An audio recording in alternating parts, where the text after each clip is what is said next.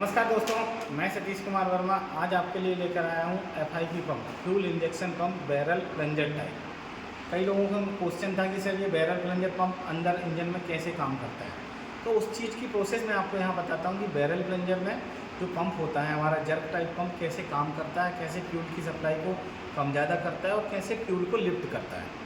तो यहाँ पर आप लोग देखेंगे किर्लोस्कर कंपनी का इंजन है और इस कंपनी के इंजन के में एक हमारा FIP पंप लगा हुआ है। ये सारा FIP पंप है, फ्यूल इंजेक्शन पंप है। और इस पंप के नीचे हमारा ये इसकी प्लेट कहलाती है माउंटिंग ब्रैकेट। अब माउंटिंग ब्रैकेट के नीचे अगर हम लोग देखें तो आपको एक मूवमेंट दिख रही होगी प्लंजर की अप एंड डाउन की। ये जो मूवमेंट होती है ये कैम शाफ्ट पर बने हुए कैम लोब, ये लोब दिख रही है ना, ये लोब क्या करती है, इसके अंदर राकर आर्म होती है, आर्म को रोटेट करती है। जब आर्म रोटेट होती है तो हमारा ये वाला हिस्सा स्पेंडल कहलाता है, ठीक है, राइडर भी बोलते हैं, स्पेंडल भी बोलते हैं। तो इसको उठा के ये ऊपर की तरफ मूवमेंट करेगा, हर बार मूवमेंट करेगा एक स्टोक के ऊपर लाने के बाद। ये जो मूवमेंट होगी तो यहाँ पर लगा हुआ है सर्कलिप, प्लंजर गाइड लगा हुआ है, उसके बाद ये हमारी रिटेनर स्प्रिंग है और रिटेनर स्प्रिंग के ऊपर कॉटेंट है, स्लीव है ना। और इसमें एक से दो हिस्से सबसे महत्वपूर्ण होते हैं, उसको बोलते हैं बैरल और प्लंजर। तो ये वाला जो हिस्सा आपको दिख रहा है, इस वाले हिस्से को हम लोग बोलते हैं बैरल। ये हिस्सा हमारा कहलाएगा बैरल और ये बैरल है और इस बैरल के अंदर प्लंजर कंटिन्यू चलते रहता है। अब दो मूवमेंट इसमें होती है, एक होती है रेसिप्रोकेटिंग मूवमेंट। ये प्लंजर के अप एंड डाउन होने के कारण रेसिप्रोकेटिंग मूवमेंट होती है। जैसे ही फ्लाई व्हील घूमेगा तो ऑटोमेटिकली प्लंजर ऊपर नीचे होगा बैरल के अंदर, जिससे फ्यूल की सप्लाई क्या होगी, या बैरल के अप एंड डाउन होने के कारण इसमें प्रेशर क्रिएट होगा। दूसरी मूवमेंट होती है इस कंट्रोल रैक के माध्यम से।